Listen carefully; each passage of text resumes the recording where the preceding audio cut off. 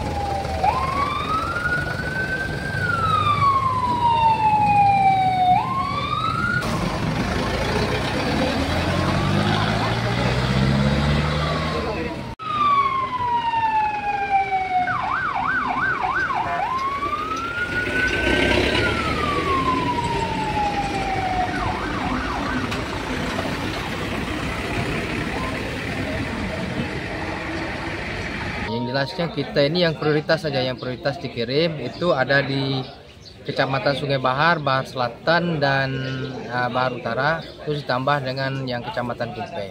Itu yang sudah duluan kita berangkatkan. Jadi kami prioritas daerah yang jauh dari kecamatan lain. Hari ini mulai didistribusikan Pak, seperti apa Pak? Ya mulai didistribusikan, nanti sebentar lagi akan dilakukan seremonial pelepasan oleh Pak PJ Bupati.